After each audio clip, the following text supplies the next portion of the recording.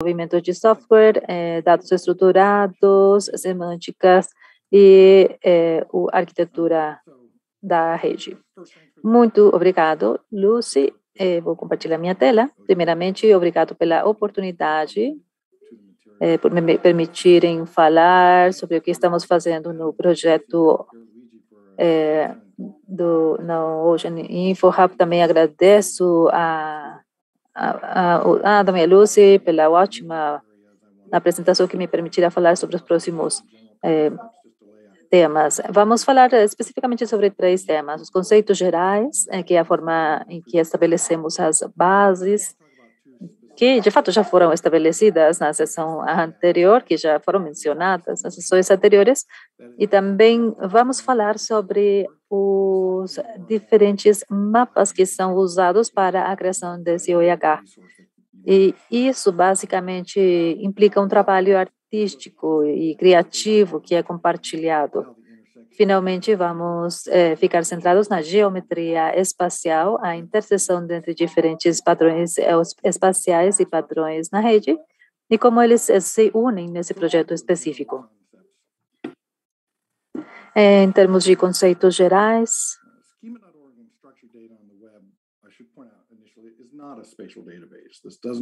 o Schema.org, os dados estruturais na rede não são dados espaciais, não é uma base de dados espaciais, porém permite transferir ou transportar as informações espaciais e conectá-la com outros recursos.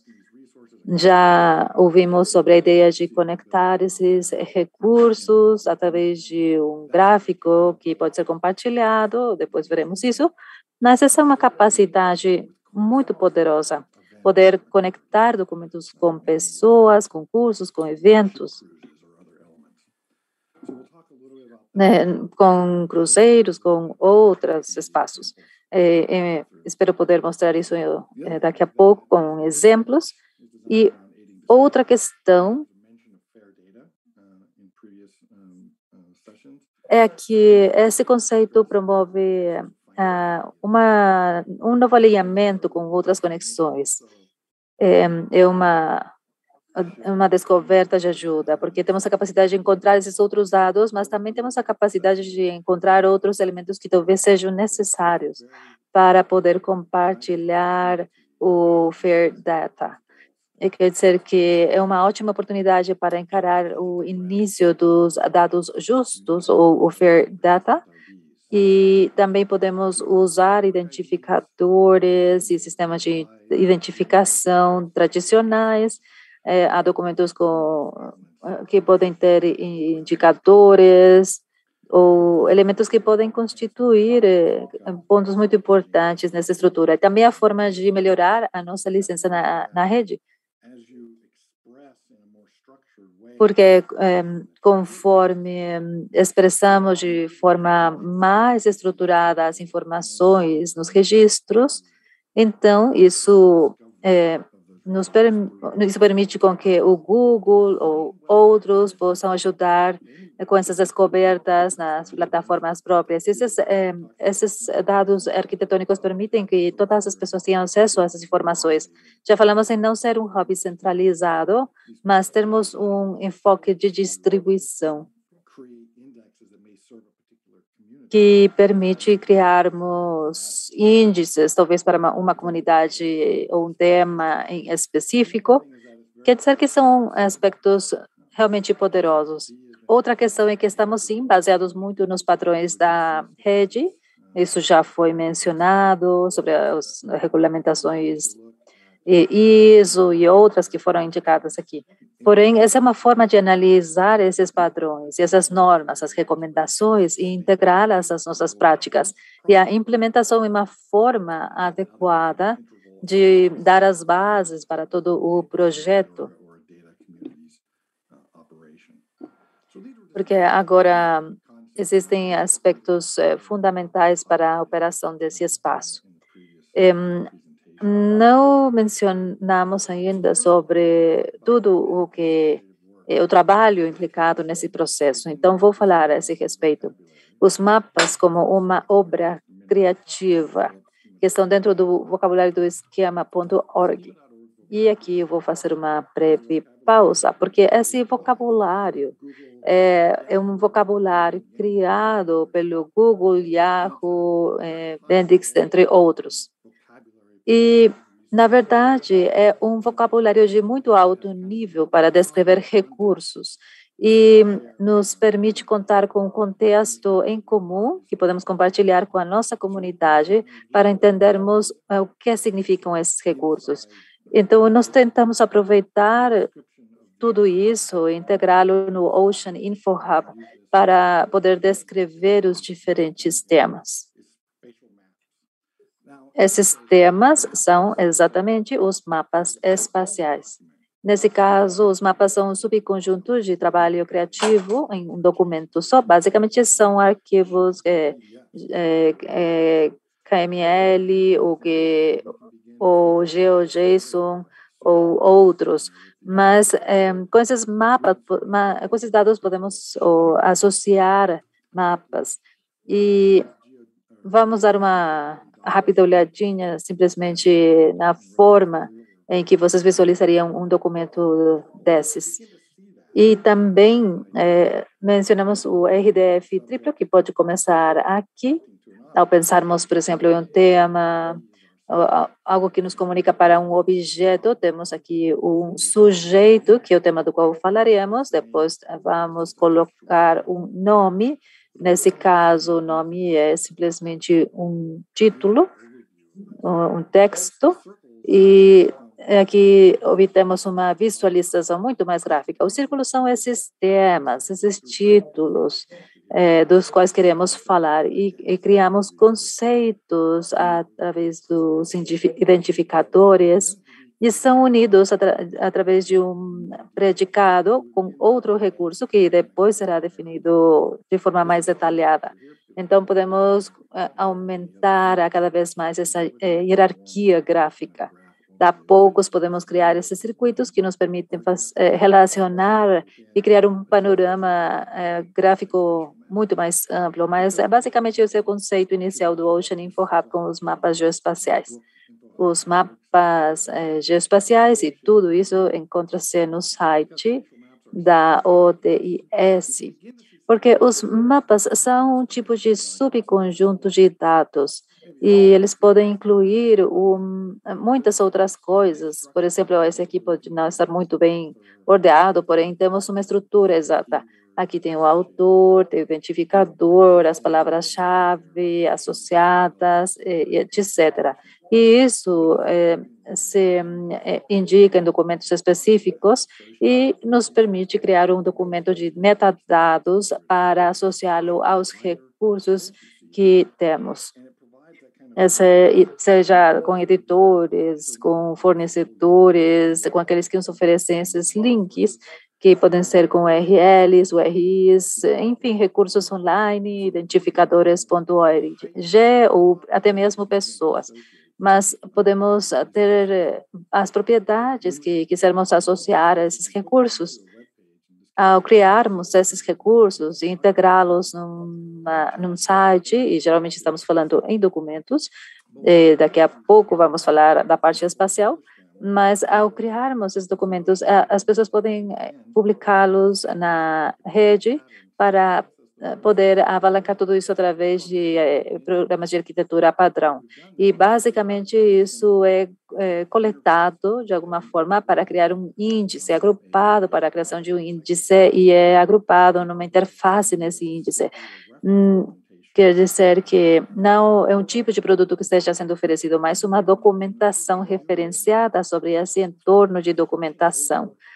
E o que nós podemos observar aqui é que nós podemos fazer uma pesquisa num gráfico que onde você pode selecionar esses documentos que foram integrados nesses sites. E, nesse caso, vocês podem ver que esse aqui foi para diferentes fontes, para pesquisas que são muito populares. Porém, podemos observar o recurso OBIS, e podemos ver o page source, que é a fonte da página. E podemos encontrar um script específico, que como o Adam falou, esse documento JSON OP, que foi como criamos esse recurso, e esse documento JSON MP, que foi integrado agora no OIDC.